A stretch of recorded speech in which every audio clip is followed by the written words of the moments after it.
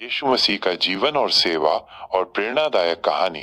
सबको जय मसीह की प्रियो। मैं आशा करता हूँ आप प्रभु में आगे बढ़ रहे होंगे और भले चंगे होंगे। आज हम बात करने जा रहे हैं एक विशेष व्यक्ति के बारे में। आप सब जानते हैं यीशु मसीह। तो आइए शुरुआत करते हैं यीशु मसीह का जीवन और उनकी सेवा लोगों के बीच में। यीशु मसीह का जन्म, स्वर्गदूत गब्रियल का मरियम से बातचीत करना।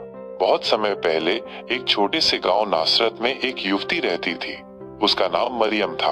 वह परमेश्वर से प्रेम करती थी और उसके नियमों का पालन करती थी। एक दिन एक चमकदार स्वर्गदूत गब्रियल अचानक उसके सामने प्रकट हुआ। मरियम थोड़ी डर गई, लेकिन स्वर्गदूत ने उससे कहा, मत डर मरियम, परमेश्वर ने तुझ पर अनुग्रह किया है। तू एक पुत्र को जन्म देगी, उसका नाम यीशु होगा। वो परमेश्वर का पुत्र कहलाएगा, एक लौता पुत्र। मरियम ने परमेश्वर की योजना को स्वीकार कर लिया और नम्रता पूर्वक कहा, मैं प्रभु की दासी हूँ, जो तूने कहा है वैसा ही हो। बेतलेहम की यात्रा।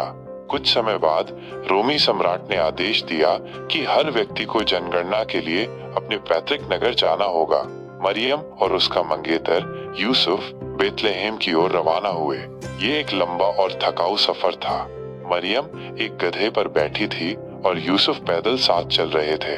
सूरज ढल रहा था और रास्ते में रेगिस्तानी हवाएं चल रही थीं, लेकिन उनका विश्वास मजबूत था और बेतलेहम पहुंच गए। यीशु का जन्म। जब वे बेतलेहम पहुंचे तो शहर में बहुत भीड़ थी। उन्हें कहीं भी रहने की जगह नहीं मिली। आखिरकार एक चरवाहे ने उन्हें अपने जानवरों के लिए बने एक छोटे अस्तबल में ठहरने दिया। वहीं रात को मरियम ने यीशु को जन्म दिया। उसने उसे कपड़े में लपेटा और एक चरनी जानवरों के चारे की पेटी में लिटा दिया। उस क्षण स्वर्ग ने धरती को छू लिया था।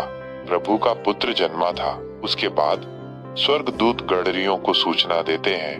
उसी रात कुछ गडरिये खुले मैदान में अपने भेड़ों की रखवाली कर रहे थे। अचानक एक प्रकाशमान स्वर्गदूत उनके सामने प्रकट हुआ। वे डर गए, लेकिन उसने कहा, मत डरो, मैं तुम्हें बड़ी खुशखबरी देता हूँ। आज उद्धारकर्ता मसीह का जन्म हुआ है। फिर आकाश स्वर्गदूतों से भर गया, जो गा रहे थे, स्वर्ग में परमेश्वर की महिमा हो और धरती पर उसके प्रिय लोगों में शांति हो। गडरिये तुरंत बेतलेहम भागे और यीशु को देखने पहुंचे। 3 ज्ञानी लोग और तारा। दूर पूर्व में कुछ ज्ञानी लोग, राजा जैसे विद्वान, एक चमकदार तारे को देखकर चल पड़े। उन्होंने पहचान लिया था कि ये तारा एक महान राजा के जन्म की निशानी है। वे ऊंटों पर सवार होकर लंबी यात्रा कर बेतलेहम पहुंचे। उन्होंने यीशु को देखा, उसे नमन किया और सोना, लोहुबान और गंधरस जैसे कीमती उपहार भेंट किए। मंदिर में 12 वर्षीय यीशु। बचपन में भी यीशु विशेष था।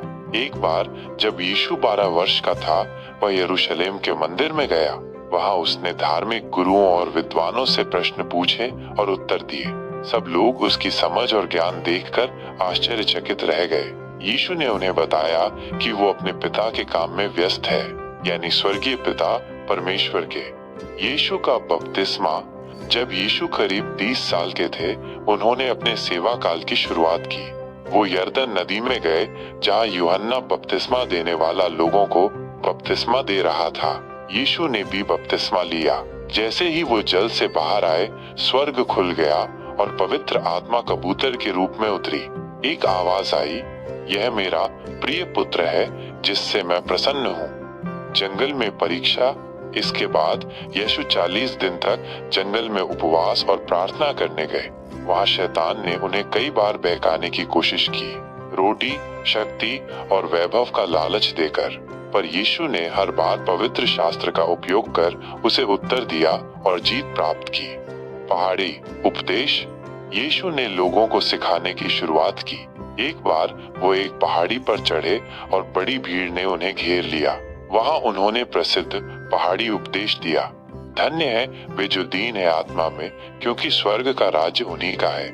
अपने शत्रुओं से प्रेम करो और उनके लिए प्रार्थना करो जो तुम्हें सताते हैं। उनके शब्द सीधे हृदय को छूते थे। चमत्कार। 5 रोटियां और 2 मछलियां। एक दिन हजारों लोग यीशु को सुनने जंगल में जमा हुए। लोग भूखे थे, लेकिन एक लड़के के पास केवल 5 रोटियां और 2 मछलियां थीं। यीशु ने उस भोजन को लिया, धन्यवाद दिया और चमत्कार किया। वो भोजन हजारों लोगों के लिए पर्याप्त हो गया। ये दिखाता है कि प्रभु थोड़े में भी बहुत कर सकते हैं। यीशु का बलिदान। कुछ समय बाद धार्मिक अगुओं और रोमी शासकों ने यीशु को क्रूस पर चढ़ाने का निर्णय लिया। उन्होंने उसे कांटों का मुकुट पहनाया, पीटा और क्रूस पर कीलों से ठोका। यीशु ने सब सहा हमारे पापों के लिए। उसने कहा, हे पिता, इन्हें क्षमा कर, क्योंकि ये नहीं जानते कि क्या कर रहे हैं। और फिर उसने अपने प्राण दे दिए। पुनरुत्थान। तीसरे दिन जब कुछ स्त्रियां कब्र पर पहुंची तो देखा कब्र खाली थी।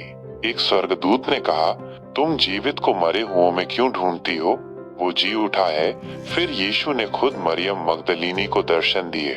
उसकी आंखों में आंसू थे, लेकिन वह अब आशा से भर गई थी। मसीह जीवित है। दोस्तों, ये थी यीशु मसीह के जीवन की अद्भुत और प्रेरणादायक कहानी। अगर आपको अच्छी लगी हो तो हमारे Bible stories and quiz channel को सब्सक्राइब करें तथा सपोर्ट करें। हम आगे भी ऐसी ही रोचक और आशीषपूर्ण कहानियां लाते रहेंगे। धन्यवाद। प्रभु आपको आशीष दे।